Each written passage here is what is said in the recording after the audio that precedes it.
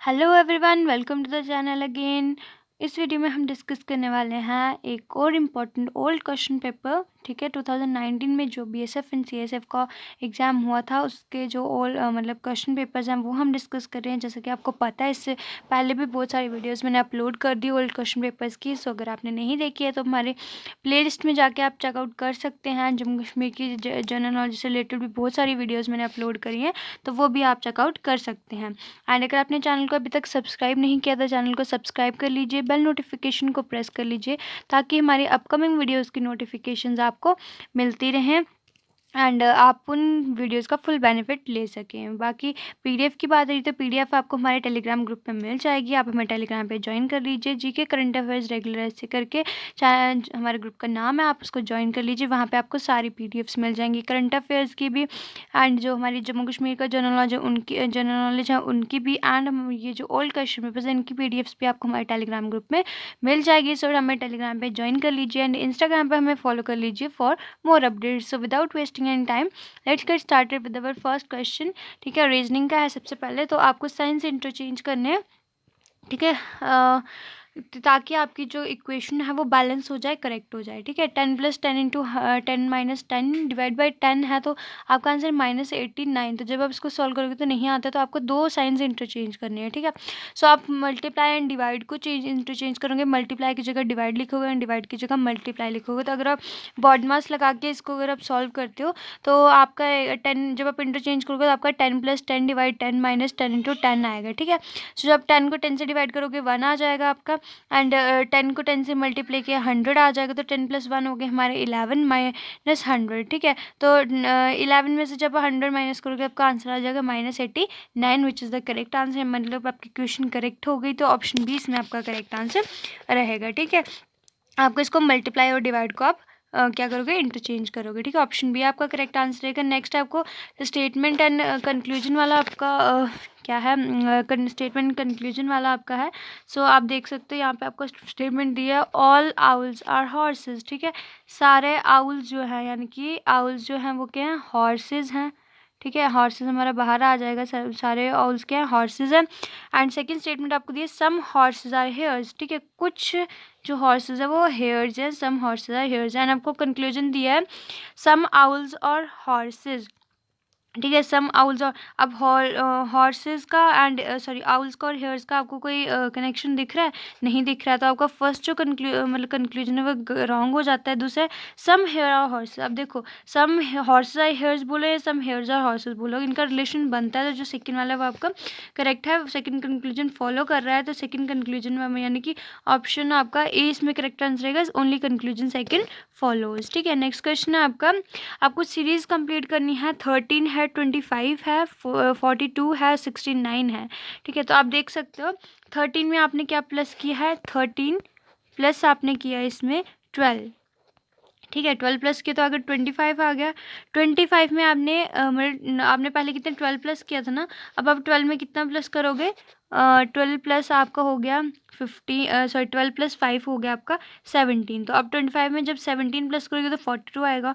42 में आपने 17 में 10 प्लस करने में, यानी कि आपका जो आप ऐड अप करो ना उसमें 5 का ऐड करो। पहले आपने 12 ऐड किए, फिर आपने 5 ऐड करके 17 किए, फिर 17 में आपने 10 ऐड किए तो आपका 27 ऐड होगा। सो 27 जब आप 42 में ऐड करोगे 69 आएगा। फिर आप उसके नेक्स्ट 27 में 15 ऐड करोगे तो आपका आएगा 42। 69 में जब आप 42 ऐड करोगे तो आपका आंसर आएगा 111 यानी कि 111। सो ऑप्शन ए इसमें जो आपका करेक्ट आंसर रहेगा। ठीक है, आई होप आपको समझ आ गया होगा। नेक्स्ट आपका अगेन आपको स्टेटमेंट एंड कंक्लूजन वाला है। सो इसमें आपको स्टेटमेंट क्या दी है, ऑल पेन्स आर फ्रॉग्स और सम फ्रॉग्स और some crows are frogs. All pens क्या है, फ्रॉग है, और कुछ जो क्रोज हैं वो फ्रॉग्स हैं। तो आपको conclusion, no pain is a crow, some pains are crow. ठीक है, तो इसमें आपका फर्स्ट कर भी सकता है, नहीं भी कर सकते हैं, सेकंड का भी ऐसा ही है। सो आप लिखोगे आइदर कंक्लूजन 1 और कंक्लूजन 2 फॉलोज। ठीक है, ऑप्शन ए इसमें आपका करेक्ट आंसर रहेगा। नेक्स्ट क्वेश्चन है, आपको सीरीज कंप्लीट करनी है। तो आप देख सकते हो यहाँ पे क्या होगा, पहले सबसे पहले आपका 112 है, 108 है, 92 है, फिर 56 है, फिर आपको क्वेश्चन मार्क दिए कि अब कितना आएगा। ठीक है, तो यहाँ पे आप देख सकते हो 112 में से आप कितने 4 माइनस करोगे तो आपका 108 आता है। 108 में से जब आप 16 माइनस करोगे तो 92 आता है। यानी कि आपके क्या हो रहे हैं, जो इवन नंबर होते हैं ना आपके इवन नंबर्स का आपका स्क्वायर माइनस हो रहा है। मतलब सबसे पहले क्या 2 का स्क्वायर 4 होता है तो हमने 4 माइनस की, फिर 4 का स्क्वायर 16 होता है 16 माइनस की, नेक्स्ट में आपने 6 का स्क्वायर 36 होता है 36 माइनस करना, नेक्स्ट किसका स्क्वायर आएगा 8 का स्क्वायर आएगा, 8 का स्क्वायर होता है 64। तो जब आप 56 में से 64 माइनस करोगे तो आपका आंसर कितना रहेगा -8 आएगा, क्योंकि आप छोटी टर्म में से बड़ी टर्म जब आप माइनस करते हो तो आपका आंसर किस में आता है, माइनस में आता है। ठीक है, आपने 56 है आपका कितना है 56 है आपका। ठीक है, तो 56 में से आपने कितने माइनस करने हैं 8 का स्क्वायर यानी कि 64 आपने माइनस करने हैं। तो 56 में से मतलब 56 छोटा आपने माइनस कितना करना है 64। ठीक है, 64 जब आपने माइनस किया तो आपका आंसर कितना रहेगा -8 रहेगा। ठीक है, तो ऑप्शन आपका ए इसमें करेक्ट आंसर रहेगा। आई होप आपको ये भी समझ आ गया होगा। नेक्स्ट आपको क्या बताना है, आपको एक्स फिगर है जो आपको बताना है किस में एम्बेडेड है, किस में छुपी हुई है। ठीक है, सो ऑप्शन ए में नहीं रहेगी, बी में नहीं रहेगी आपकी, ऑप्शन सी जो है ये आपका करेक्ट आंसर रहेगा। आप देख सकते हो ऑप्शन सी में आपकी जो एक्स फिगर है एम्बेडेड है, तो ऑप्शन सी इसमें आपका करेक्ट आंसर रहेगा। ठीक है, नेक्स्ट आपका अगेन आपका ऑड वन आउट है, इसमें आपको जो ऑड फिगर होगी वो आपको बतानी है। सो ये है आपकी सी ई एक के है, ए एच आई है, डी एफ एच है, सी एफ आई है, जो इसमें ऑप्शन ए है आपका सी ई के है, ये आपकी ऑड वन आउट रहेगी फिगर। ठीक है, मतलब ग्रुप ऑफ वर्ड्स है जो है सी ई के, ये ऑड है, तो ये आपका ऑप्शन ए जो है इसमें करेक्ट आंसर रहेगा। नेक्स्ट आपका है एस एच ओ है, देन एल डब्ल्यू एल है, एम एन एल है, फिर एम एम एल है। ठीक है, सो आपको इसमें क्या करना है ऑड वन आउट करना है, ऑड आपको वो बतानी सॉरी आपको सीरीज़ कंप्लीट करनी है SHOQINOLM। तो नेक्स्ट आपका क्या आएगा, तो इसमें आपका आएगा MNL आएगा। ठीक है, आप यहाँ पे इनके रिलेशन ड्राइव करके देख सकते हो। सो आपका क्या आएगा MNL, यानी कि ऑप्शन सी इसमें आपका करेक्ट आंसर रहेगा। नेक्स्ट आपको क्या करनी है, फिगर कंप्लीट करनी है। ठीक है, एक्स फिगर को आपको कंप्लीट करना है। सो आप देख सकते हो ये कैसे कंप्लीट होगी। ऑप्शन ए आपका नहीं आएगा, ऑप्शन बी भी नहीं आएगा, ऑप्शन सी इसमें आपका सॉरी ऑप्शन डी इसमें आपका करेक्ट आंसर रहेगा। ऑप्शन डी आपकी जो फिगर है वो आपकी फिगर को कंप्लीट करेगी, तो ऑप्शन डी इसमें आपका करेक्ट आंसर रहेगा। ठीक है, नेक्स्ट है अगेन आपको क्या करना है मिसिंग नंबर फाइंड करना है। सो आपके क्या टर्म्स हैं 22:88 है, तो 37 का क्या आएगा। ठीक है, तो यहाँ पे क्या मल्टीप्लिकेशन हुई है तो 37 को आप 10 से मल्टीप्लाई करोगे तो आपका कितना आ जाएगा 370 आ जाएगा। तो ऑप्शन डी इसमें आपका करेक्ट आंसर रहेगा। नेक्स्ट है कि 8 फ्रेंड्स है ABCDEFGH, ये एक सर्कुलर टेबल के अराउंड बैठे हुए हैं। ए जो है डी के अपोजिट में है, बी के राइट में थर्ड है, और जो जी है वो ए एंड एफ के बीच में है, एच के राइट में ए है, और ई जो है सी एंड डी के बीच में। आपको बताना है बी एंड ई के बीच कौन बैठा हुआ है। सो इसके लिए आपको फिगर बनानी पड़ेगी, तो आप खुद बनाएंगे अपनी नोटबुक पे। ठीक है, मैं आपको यहाँ पे नहीं बना के दिखा सकती। सो ऑप्शन ए इसमें यानी कि डी जो है आपका वो बी एंड ई के बीच में बैठा हुआ, ऑप्शन ए इसमें आपका करेक्ट आंसर रहेगा। ठीक है, नेक्स्ट है 7 फ्रेंड्स हैं OPQRSTU, मूवी देखने बैठे हैं एक रूम में। जो पी है वो एक एक्सट्रीम एंड में मतलब बिल्कुल एंड में बैठा हुआ है, बट कौन सी साइड है वो आपको नहीं बताया गया है। सो जो क्यू है वो एस के इमीडिएट लेफ्ट में मतलब एस के बिल्कुल लेफ्ट में क्यू बैठा हुआ है। पी जो है वो टी के राइट में सेकंड है, यू है वो एक्सट्रीम एंड पे नहीं बिल्कुल साइड पे नहीं है। जो आपको बताना है कि क्यू और आर के बीच में कौन बैठा है, तो वो आपका एस बैठा हुआ है, ऑप्शन डी इसमें आपका करेक्ट आंसर रहेगा। ठीक है, नेक्स्ट क्वेश्चन आपको मिसिंग टर्म बतानी है। इक्थियोलॉजी है, फिशेस है, पेडियोलॉजी क्वेश्चन मार्क है। तो फिशेस की स्टडी को हम इक्थियोलॉजी बोलते हैं, तो पेडियोलॉजी किसको बोलते हैं सॉइल की स्टडी को। तो ऑप्शन सी इसमें आपका करेक्ट आंसर रहेगा। आप देख सकते हो ना जिसकी मतलब स्टडी का नाम बताया, फिशेस की स्टडी को मतलब फिश स्टडी करते हो तो उसको क्या बोलते हैं इक्थियोलॉजी बोलते हैं। जब आप सॉइल की स्टडी करते हो तो पेडियोलॉजी बोलते हैं। ऑप्शन सी इसमें आपका करेक्ट आंसर रहेगा।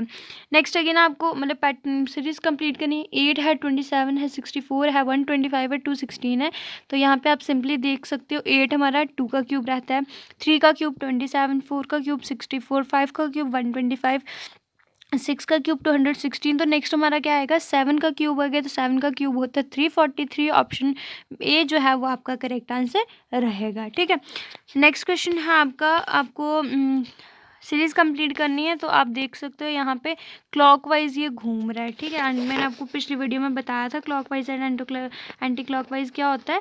जब आप घड़ी की सुई की दिशा में, यानी कि इस तरह से आप जब रोटेट करते हो क्लॉकवाइज होता है, जब उल्टी दिशा में आप रोटेट करते हो तो एंटी क्लॉकवाइज आता है। तो आप देख सकते हो ना यहाँ पे क्या हो रहा है, आपका क्लॉकवाइज आप घूम रहे हो। ठीक है, पहले ऐसे था, फिर ऐसे हुआ, फिर ऐसे हुआ, फिर ऐसे हुआ, तो अब आपका है ऐसे आएगा, मतलब आप नीचे वाली साइड आपका फेस रहेगा। तो ऑप्शन सॉरी नीचे वाला नहीं रहेगा, ये 45 डिग्री रोटेट हो रहा है ना, पहले ऐसे था, फिर ऐसे हुआ, फिर ऐसे हुआ, ऐसे हुआ, तो ये ऐसे रहेगा अब। ठीक है, तो इस तरह की आपकी कौन सी फिगर है, ऑप्शन सी इसमें आपका करेक्ट आंसर रहेगा। ठीक है, नेक्स्ट है आपको एक पैटर्न दिया गया, इसके शीट दिया, उस पर एक पैटर्न है, आपको बताना है कि जब आप उसको डॉटेड मतलब शीट को डॉटेड लाइन पे फोल्ड करोगे तो आपकी फिगर कैसी बनेगी, तो वो आपकी बनेगी ऑप्शन डी जैसी। ठीक है, आपका जो ऑप्शन डी है इसमें करेक्ट आंसर रहेगा। नेक्स्ट है आपको JKLMNO 6 टीचर्स हैं, वो डिफरेंट सब्जेक्ट्स पढ़ाते हैं, Hindi, English, math, science, social science और आर्ट्स, बट सेम ऑर्डर में नहीं पढ़ाते। उनमें से हर जो है मतलब उनमें से सारे टीचर्स हैं जो मतलब मंडे टू सैटरडे एक एक दिन एक पढ़ाते हैं। ठीक है, जे जो है वेडनेसडे को साइंस पढ़ाता है, ओ जो है मैथ्स पढ़ाता है, जे के बाद दूसरे नंबर पे जो के है वो वीक के फर्स्ट डे पे पढ़ाता है, लेकिन ना तो वो हिंदी पढ़ाता है ना इंग्लिश पढ़ाता है। एम जो है वो इंग्लिश पढ़ाता है एन से पहले, और एल आर्ट्स पढ़ाता है जे के बाद। आपको बताना है कि ट्यूसडे पे कौन क्या पढ़ाता है। ठीक है, सॉरी आपको क्या नहीं पढ़ाता, आपको सिर्फ बताना है कि ट्यूसडे पे कौन पढ़ाता है, ट्यूसडे पे एल पढ़ाता है। ठीक है, ऑप्शन सी इसमें आपका करेक्ट आंसर है। नेक्स्ट आपको क्या बताना है, मिरर इमेज बतानी है। तो मिरर इमेज में मैंने आपको बताया था कि जो लेफ्ट वाली राइट में और राइट वाली लेफ्ट में चली जाती है, तो इस तरह से देखना, तो ऑप्शन ए इसमें आपका करेक्ट आंसर रहता है। ठीक है, नेक्स्ट आपको बोला पटेटो जो है, एक सर्टेन कोड में पटेटो को आपने लिखा है AOP AOOPT। ठीक है, तो बार बार को कैसे लिखो, आप देख सकते हो इसमें क्या किया है, सबसे पहले जो क्या किया, फोर्थ टर्म थी उसको फर्स्ट पे ले आए हैं, फिर जो सेकंड टर्म मतलब दो दो इसमें दो दो वर्ड सेम है ना, तो जो दो दो वर्ड सेम थे उनको एक साथ ले आए हैं। ठीक है, तो इसमें ऐसे क्या रहेगा हमारा, देखो ए जो है अब जो बार बार है उसमें सिंगल टर्म्स क्या क्या है, एक तो ए है एक ई है। ठीक है, तो ए लिखा हमने, उसके बाद दो टर्म्स इकट्ठी कर दी बी, फिर एक सिंगल टर्म लिखी ई, एंड फिर हमने दो टर्म्स कर दी आर इकट्ठे। ठीक है, तो अगर ऐसे करना हो तो हमारा जो ऑप्शन ए है इसमें ये हमारा करेक्ट आंसर रहता है, जो कि पोटैटो वाली, जैसे पोटैटो को हमने कोड किया वैसे अगर हम बार बार को कोड करें तो ऑप्शन ए इसमें आपका करेक्ट आंसर रहता है। ठीक है, अगेन आपको ऑड वन आउट चूज़ करना है। 97 है, 89 है, 83 है, 63 है, तो आपको बताना है इसमें ऑड वन आउट कौन सा है। ठीक है, तो आप देख सकते हो 97 में से आप जब 8 माइनस करोगे तो आपका 89 आएगा, फिर 83 में से आप 6 माइनस करोगे तो सॉरी 89 में से आप 6 माइनस करोगे 83 आएगा। अब इसमें मतलब कितने दो दो हम कम माइनस कर रहे हैं, तो अगर ऐसे करना हो तो -4 हमने माइनस करने थे, बट -4 नहीं किए हैं, 63, इसलिए आपका ऑड आंसर रहेगा ऑप्शन डी इसमें आपका करेक्ट आंसर है। ठीक है, तो नेक्स्ट क्वेश्चन है आपका, आपको वेन डायग्राम के थ्रू रिप्रेजेंट करना है व्हीट क्रॉप्स एंड फार्मर्स को। ठीक है, अब इसमें क्या है, क्रॉप है, क्रॉप के अंदर ही वीट भी आती है, बट जो फार्मर है वो एक डिफरेंट थिंग है, तो सी ऑप्शन इसमें आपका करेक्ट आंसर रहेगा। ठीक है, क्रॉप है उसके अंदर ही वीट आएगी, लेकिन जो फार्मर है वो अलग लगाता है, क्रॉप्स लगाता है, बट वो अलग चीज़ है, तो सी ऑप्शन इसमें आपका करेक्ट आंसर रहेगा। ठीक है, आपको ऑड वन आउट करना है, येलो, पिंक, पर्पल, ऑरेंज, तो आपका ए ऑप्शन यानी कि येलो आपका करेक्ट आंसर रहेगा। नेक्स्ट है आपको मिसिंग टर्म बतानी है, अचीव है, फेल है, ग्लूमी है। ठीक है, तो इसमें आपका करेक्ट आंसर क्या रहेगा, आप देख सकते हैं इसमें क्या एंटोनिम्स बताए, अचीव का एंटोनिम क्या होता है, फेल, तो ग्लूमी का एंटोनिम होता है चेयरफुल, तो ऑप्शन डी इसमें आपका करेक्ट आंसर रहेगा। नेक्स्ट है आपका BFHDHJ, तो GKM क्वेश्चन मार्क मतलब GKM का क्या होगा, तो आप देख सकते हो BFH में क्या है, आपने दो दो ऐड किए हैं। ठीक है, B+2D, F+2H, H+2J। ठीक है, तो आप ऐसे जब GKM में करोगे तो G+2 आएगा M, K+2 आएगा M, M+2 आएगा O, तो आपका बी ऑप्शन IMO इसमें करेक्ट आंसर रहता है, ऑप्शन बी आपका सही आंसर रहेगा। ठीक है, अब क्या लिखा है, 100 को आपने एक सर्टेन मतलब एक कोड है, सर्टेन कोड है, इसमें 38 लिखे, तो फीड को कैसे लिखोगे, अब देखो 100 को क्या है, ABC को आप रिवर्स ऑर्डर में लिखो। हम लिखते हैं ना A1 B2 C3। जब आप इसको रिवर्स ऑर्डर में लिखोगे तो आपका Z1 आएगा, जो Y है वो 2 आएगा। तो इस तरह से जो S का आपका कोड होता है वो बनता है 8, A का कोड आपका बनता है 26 एंड W का कोड आपका बनता है 4। ठीक है, जब आप इनको प्लस करोगे तो 38 आएगा। ऐसे जब आप फीड का रिवर्स ऑर्डर में, जब आप ABC मतलब इंग्लिश अल्फ़ाबेट को रिवर्स ऑर्डर में लिख के इनका वो बनाओगे, कोड बनाओगे, तो एफ का आपका 21 आएगा, E22 और D23। तो जब आप इनको ऐड अप करोगे तो आपका आंसर आएगा 88। ऑप्शन सी इसमें आपका करेक्ट आंसर रहेगा। ठीक है, सो इंग्लिश का पोर्शन था। अब हम करेंगे जनरल नॉलेज का। तो सबसे पहले है कि कौन सा आर्टिकल है इंडियन कॉन्स्टिट्यूशन का जो हमारे फंडामेंटल राइट अगेंस्ट एक्सप्लॉयटेशन को कवर करता है। ठीक है, तो ऑप्शन है आपका डी, आर्टिकल 23 to 24 में हमारा फंडामेंटल राइट अगेंस्ट एक्सप्लॉयटेशन आते हैं। ठीक है, ऑप्शन डी इसमें आपका करेक्ट आंसर रहेगा। नेक्स्ट है, where and against which country did Sachin Tendulkar score his 100th century. कब और कहाँ और किसके अगेंस्ट जो सचिन तेंदुलकर थे उन्होंने अपनी 100th सेंचुरी मारी थी, तो वो मारी थी शेरे बंगला स्टेडियम में बांग्लादेश के अगेंस्ट। ठीक है, ऑप्शन बी आपका करेक्ट आंसर रहेगा। नेक्स्ट है, कौन से स्टेट में काजीरंगा नेशनल पार्क सिचुएटेड है, तो वो आपका असम में सिचुएटेड है। ठीक है, ऑप्शन ए इसमें आपका करेक्ट आंसर रहेगा। नेक्स्ट आपको बताना है इनमें से कौन सी लैंग्वेज है जिसको गवर्नमेंट ऑफ इंडिया ने क्लासिकल लैंग्वेज का दर्जा दिया हुआ है, उसको मतलब क्लासिकल लैंग्वेज डिक्लेयर किया है, तो ओडिया को। ठीक है, ऑप्शन सी इसमें आपका करेक्ट आंसर रहेगा। नेक्स्ट है आपको क्रोनोलॉजिकल ऑर्डर में इनको लगाना है। तो सबसे पहले आपका वो था चंपारण सत्याग्रह अगेंस्ट इंडिगो प्लांटेशन हुआ था। आफ्टर दैट आपका रुलाइट सत्याग्रह हुआ था, and after that starting of non corporation खिलाफत मूवमेंट, एंड लास्ट में आपका हुआ था arrival of Simon commission in India. ठीक है, तो ऑप्शन ए इसमें आपका करेक्ट आंसर है सबसे पहले first, third, second and fourth. फिर नेक्स्ट आपका आता है 52nd जो अमेंडमेंट हुई थी 1985 में, तो उसके थ्रू इंडियन कॉन्स्टिट्यूशन में क्या अमेंड किया गया था, तो एंटी डिफेक्शन लॉ को इंक्लूड किया गया था 52nd अमेंडमेंट 1985 के थ्रू। ठीक है, नेक्स्ट है मैत्यूर डैम कौन सी रिवर पे है और कौन सी स्टेट में है, तो मैत्यूर डैम जो है वो हमारा कावेरी रिवर पे है तमिलनाडु में, ऑप्शन सी। नेक्स्ट है आपको बताने की कौन सी फेमस पर्सनालिटी है जिसको father of Indian film industry भी कहा जाता है, तो दादा साहेब फाल्के। ठीक है, जो दादा साहेब फाल्के के नाम पे ही दादा साहेब फाल्के अवार्ड भी दिया जाता है इसी फील्ड में।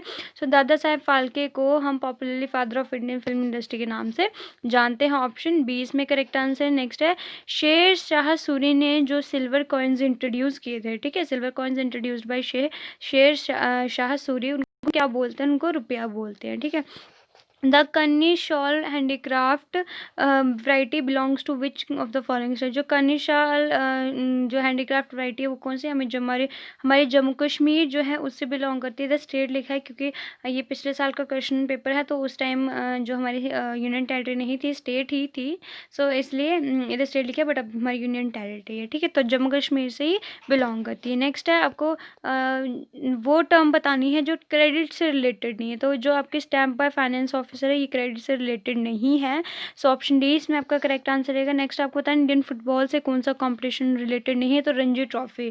रणजी ट्रॉफी किसमें, क्रिकेट में खेली जाती है, ऑप्शन ए इसमें आपका करेक्ट आंसर रहेगा कि जो रणजी ट्रॉफी क्रिकेट से बिलोंग करती है, बाकी फेडरेशन कप, संतोष ट्रॉफी, दुरंत कप, ये सारे इंडियन फुटबॉल से रिलेटेड है, एसोसिएटेड है।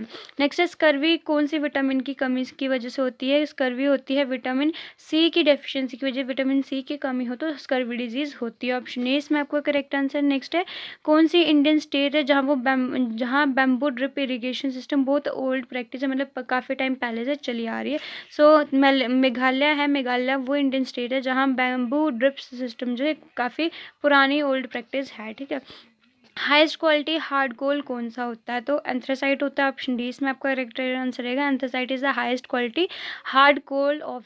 ठीक है, नेक्स्ट है, ट्रीटी ऑफ पुरंदर जो हुई थी वो किसके किसके बीच साइन हुई थी, मुगल और मराठास के बीच हुई थी, option D the treaty of Purandar was signed between Mughals and Marathas. Next है, आपको बताना है which of the motion is passed in parliament to remove the president of India. President of India को जब आपने रिमूव करना है तो पार्लियामेंट में कौन सा मोशन जो है पास किया जाता है, तो वो किया जाता है इम्पीचमेंट मोशन। ऑप्शन ए आपका करेक्ट आंसर है।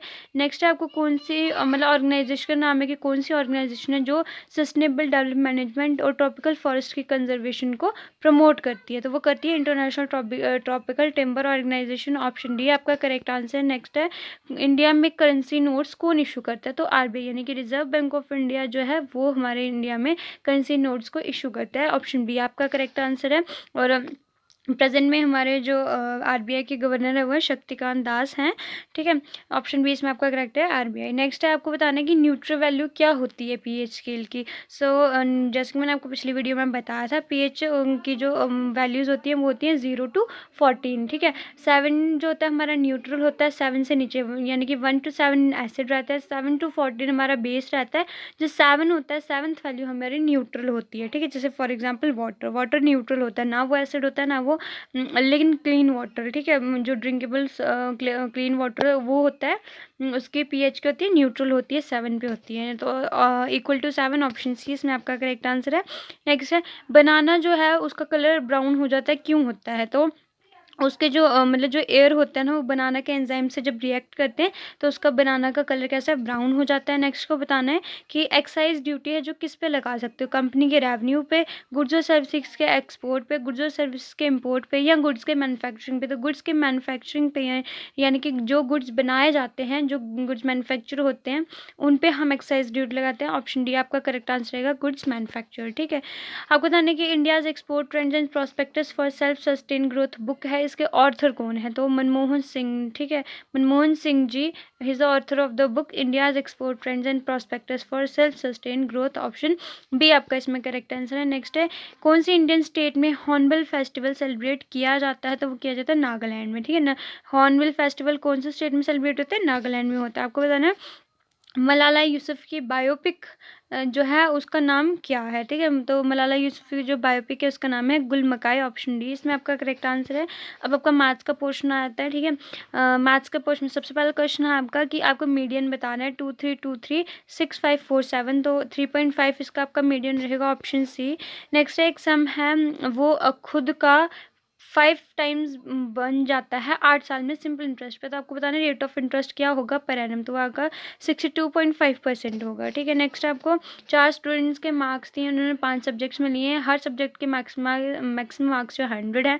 आपको बताना है कि एवरेज मार्क्स पर स्टूडेंट सब्जेक्ट S5 और S2 के लिए कि उनके बीच का डिफरेंस कितना है, ठीक है, तो आपका 15 है, ऑप्शन बी। नेक्स्ट है आपको लेंथ ब्रेड्थ और हाइट दी है क्यूबाइड की, वो है 4:3:2 के रेशियो में। अगर क्यूबाइड की वॉल्यूम 1536 सेंटीमीटर है तो टोटल सरफेस एरिया कितना होगा क्यूबॉइड का, तो वो होगा 832 सेंटीमीटर स्क्वायर, ठीक है। नेक्स्ट है लेंथ ब्रेड्थ एंड हाइट है सॉलिड क्यूबाइड की 20 सेंटीमीटर, 16 सेंटीमीटर, 12 सेंटीमीटर।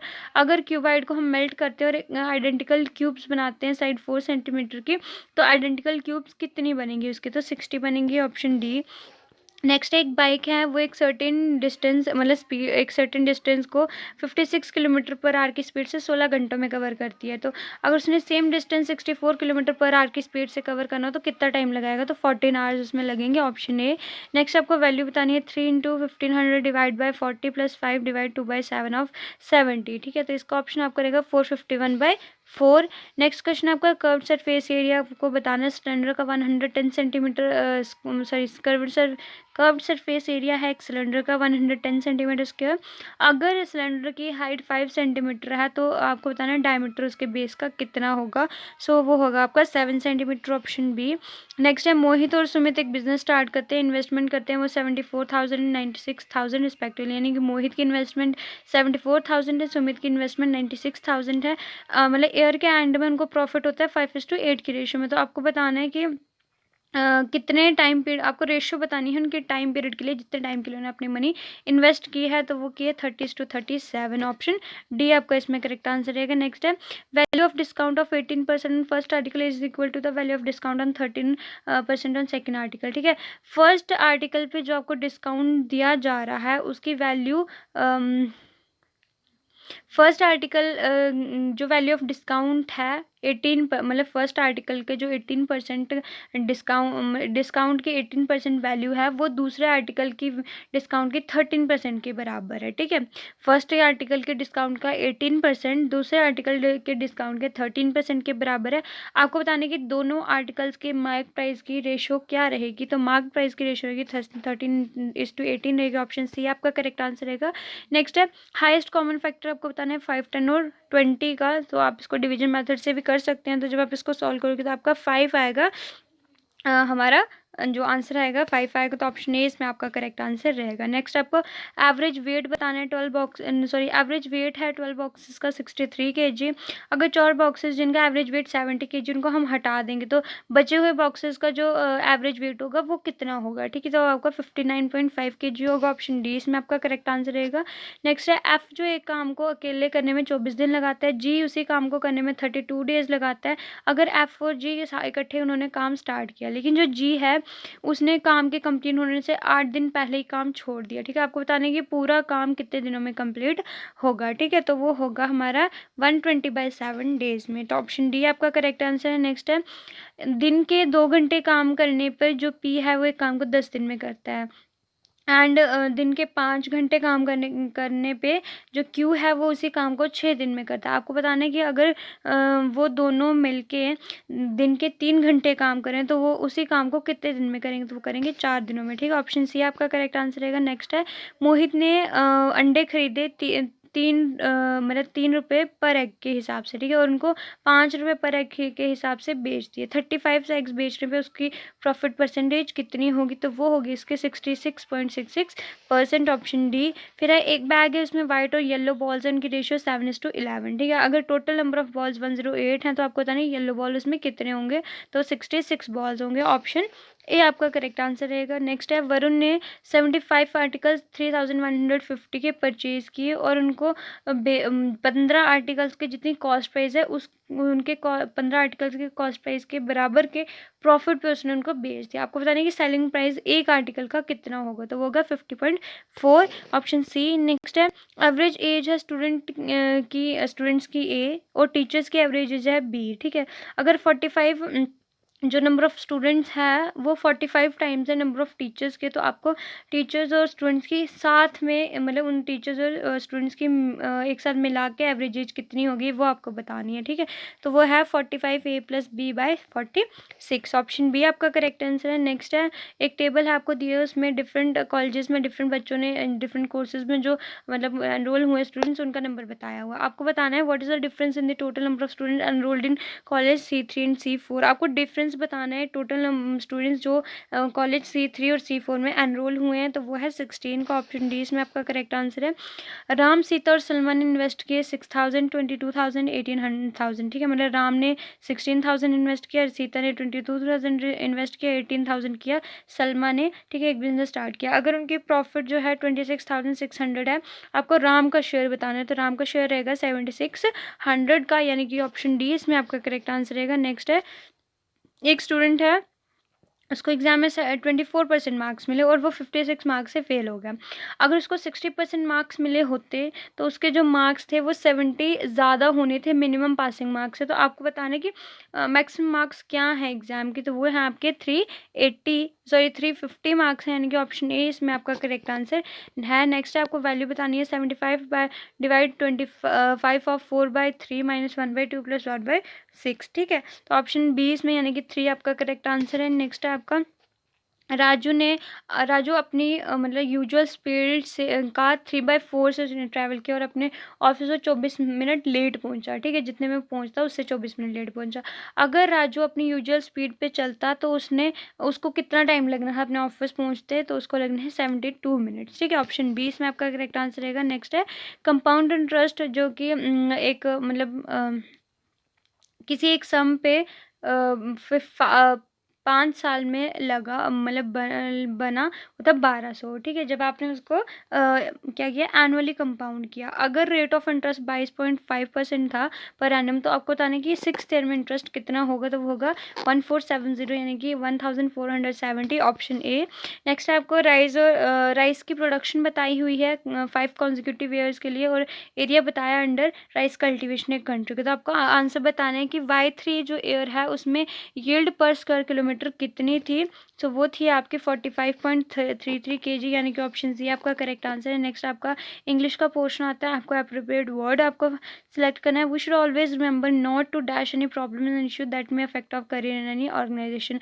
हमें हमेशा ये ध्यान में रखना चाहिए कि हम ऐसे भी कोई प्रॉब्लम या इशू क्रिएट ना करें जिससे हमारे करियर, किसी ऑर्गेनाइजेशन में हमारे करियर को इफेक्ट हो, असर पड़े। तो क्रिएट आएगा, ठीक है, प्रॉब्लम्स क्रिएट नहीं करनी चाहिए, नहीं बनानी चाहिए। तो ऑप्शन डी इसमें आपका करेक्ट आंसर रहेगा। नेक्स्ट है, आपको अंडरलाइन सेगमेंट को सब्स्टिट्यूट करना है। After you will return from Bangalore I will come and meet you. जब आप बैंगलोर से वापस आओगे तो मैं आपसे मिलने आऊँगा, ठीक है। तो आफ्टर यू विल रिटर्न ही आएगा, आफ्टर यू रिटर्न फ्रॉम, जब आप बैंगलोर से वापस आओगे तो आफ्टर यू रिटर्न आएगा। तो ऑप्शन डी इसमें आपका करेक्ट आंसर रहेगा। फिर ऑकवर्ड का आपको क्या बताना है, एंटोनिम बताना है, अपोजिट वर्ब। ऑकवर्ड क्या होता है, जब आप कंफर्टेबल फील नहीं करते हो, ठीक है, कन्वीनियंट फील नहीं करते हो, तो आप बोलते हैं यार बड़ा ऑड सा लगता है आपको, ठीक है, ऑकवर्ड। तो इसका अपोजिट क्या हो गया, कंफर्टेबल या कन्वीनियंट। तो आपको कन्वीनियंट दिया हुआ, ऑप्शन बी आपका करेक्ट आंसर रहेगा। नेक्स्ट है, सी फूड एक्सपोर्ट्स, आपको फिल करने हैं, पैसेज दिया है उसमें। Seafood exports from India dash rate to gather momentum as dash prices adverse weather conditions and dash continue to affect stocking of shrimps, which accounts for about 3/4 of the dash from export of marine products. This apart, seafood exporters are facing dash from the seafood import monitoring program being implemented by the US, and it is one of the largest buyer of Indian shrimps, ठीक है। First है आपकी fill up, तो उसमें आपका आएगा are, ठीक है। Seafood exports from India are yet to gather momentum as high prices adverse weather condition and dash में आपका नेक्स्ट आएगा डिजीजेज, ठीक है, continue to affect stocking of shrimps which account for about 3/4 of the dash from, ठीक है। तो dash में आपका आएगा revenue from export of marine product. This apart, seafood exporters are facing dash from the seafood import monitoring program being implemented by the US, and it is one of the largest buyer of Indian shrimp. तो आपको fifth blank जो आपकी बची थी उसमें आपका आएगा pressure, ठीक है, ऑप्शन डी। नेक्स्ट है आपका, आपको जो वो सेगमेंट आपको यहाँ पोर्शन वो आपको आइडेंटिफाई करना है जिसमें ग्रामेटिकल एरर है। तो the governments interim budget from this financial year contain several measures which have the fourth coming elections in mind, ठीक है। तो from this financial year, the government's interim budget from this financial year नहीं आएगा, for this financial year आएगा। So option यानी कि ए आपका correct answer रहेगा कि, ठीक है, यहाँ पे क्या फ्रॉम नहीं फॉर यूज़ होगा, तो ग्रामेटिकल एरर इसमें है, तो ऑप्शन ए आपका करेक्ट आंसर रहेगा। नेक्स्ट आपको अंडरलाइन सेगमेंट को सब्स्टिट्यूट करना है वाइल लर्निंग, ताकि वो बेटर बन सके। अगर आपको लगता है कि इसमें इंप्रूवमेंट की जरूरत नहीं है तो नो इंप्रूवमेंट आप अपना आंसर लगाएंगे। While learning to drive, one of the most of important things is to know the traffic rules first. जब आप मतलब ड्राइविंग सीख रहे हो तो सबसे इंपॉर्टेंट क्या हो जाता है कि आपको ट्रैफिक रूल्स पता होने चाहिए। तो ऑप्शन ए, यानी कि इसमें ये क्वेश्चन बिल्कुल सॉरी ये सेंटेंस बिल्कुल करेक्ट है। सो ऑप्शन ए है कि नो इम्प्रूवमेंट, इसमें नो नीड टू इंप्रूवमेंट करने की कोई ज़रूरत नहीं है। तो ऑप्शन ए आपका आंसर रहेगा नो इम्प्रूवमेंट। नेक्स्ट है आपको ग्रामेटिकल एरर जो है वो आइडेंटिफाई करनी है। Soon after returning to office the CBI chief transfer 5 officers, ठीक है। तो ट्रांसफ़र 5 ऑफिसर्स जो है ये आपका इसमें करेक्ट आंसर मतलब है, यानी कि इसमें ग्रामेटिकल एरर है, ठीक है। ऑप्शन जी इसमें आपका करेक्ट आंसर है। फिर आएगा करेक्टली स्पेल्ड वर्ड आपको बताना है, तो सब्स्टिट्यूशन की स्पेलिंग सभी को पता है, SUBSTITUION, ठीक है। तो ऑप्शन बी इसमें आपका करेक्ट आंसर है। नेक्स्ट आपको ईडियम का मतलब बताना है, to cut both hands. To cut both hands का मतलब होता है दो मतलब दोनों साइड्स की सपोर्ट में आर्ग्यू करना, ठीक है।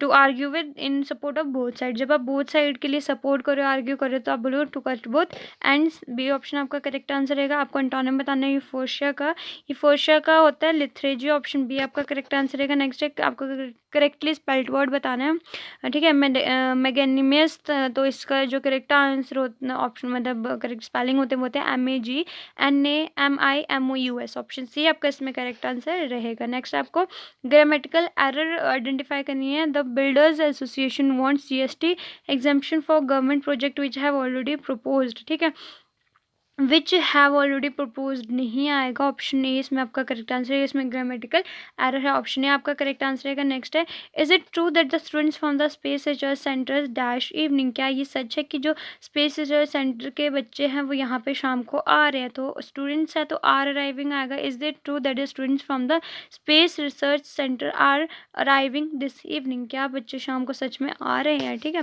क्या ये सच है, तो ऑप्शन ए इसमें आपका करेक्ट आंसर रहेगा। फिर अंडरलाइन सेगमेंट को आपको सब्स्टिट्यूट करना है ताकि वो मतलब गिवन जो सेंटेंस है वो करेक्ट हो जाए।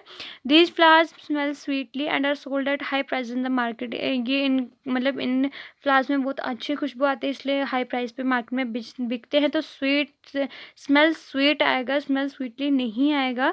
दीज फ्लावर्स स्मेल स्वीट है, ऑप्शन डी आपका इसमें करेक्ट आंसर रहेगा। नेक्स्ट है आपका ग्रुप मतलब वन वर्ड सब्स्टिट्यूट करना है। One who studies antique things, antique things मतलब पुरानी चीज़ों की जो स्टडी करे उसको हम बोलते हैं एंटीक्वेरियन, ठीक है, एंटीक्वेरियन आपका आ गया option D.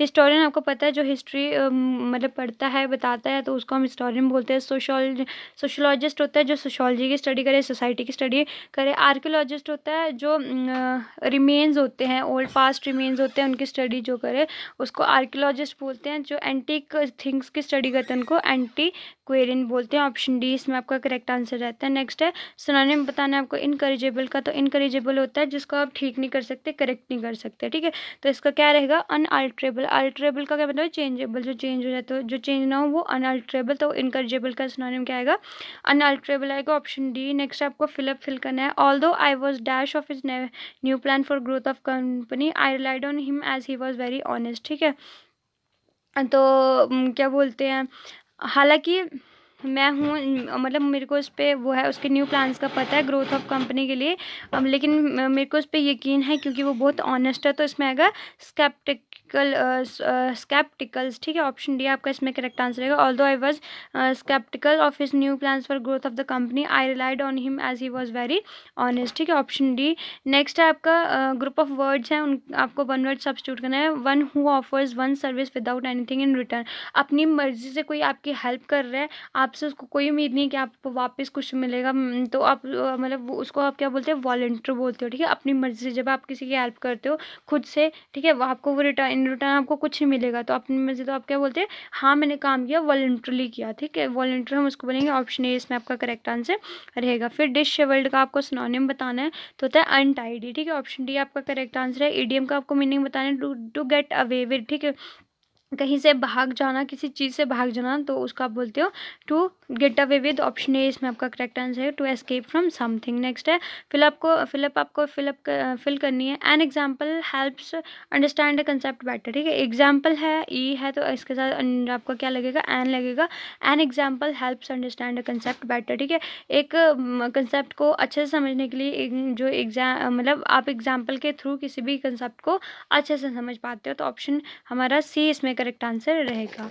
So that's all from this video guys, I hope you like this video. अगर आपको वीडियो अच्छी लगी तो प्लीज़ वीडियो को लाइक करें, शेयर करें और हमारे चैनल को भी ज़रूर सब्सक्राइब कर लें और बेल नोटिफिकेशन को प्रेस कर लें ताकि आपको हमारी अपकमिंग वीडियोज़ की नोटिफिकेशन मिल जाए। इस वीडियो की PDF आपको हमारे टेलीग्राम ग्रुप में मिल जाएगी और बाकी जितनी भी वीडियोज़ हैं सभी की PDFs आपको हमारे टेलीग्राम ग्रुप में मिल जाएंगे, तो टेलीग्राम ग्रुप हमारे पास ज्वाइन कर सकते हैं, जीके करंट अफेयर्स रेगुलर ऐसे। एंड इंस्टाग्राम पे हमें फॉलो कर लें, राज प्रतिष्ठा ID है इंस्टाग्राम की, वहाँ पे भी आप हमें फॉलो कर सकते हैं for more updates. So thank you so much guys.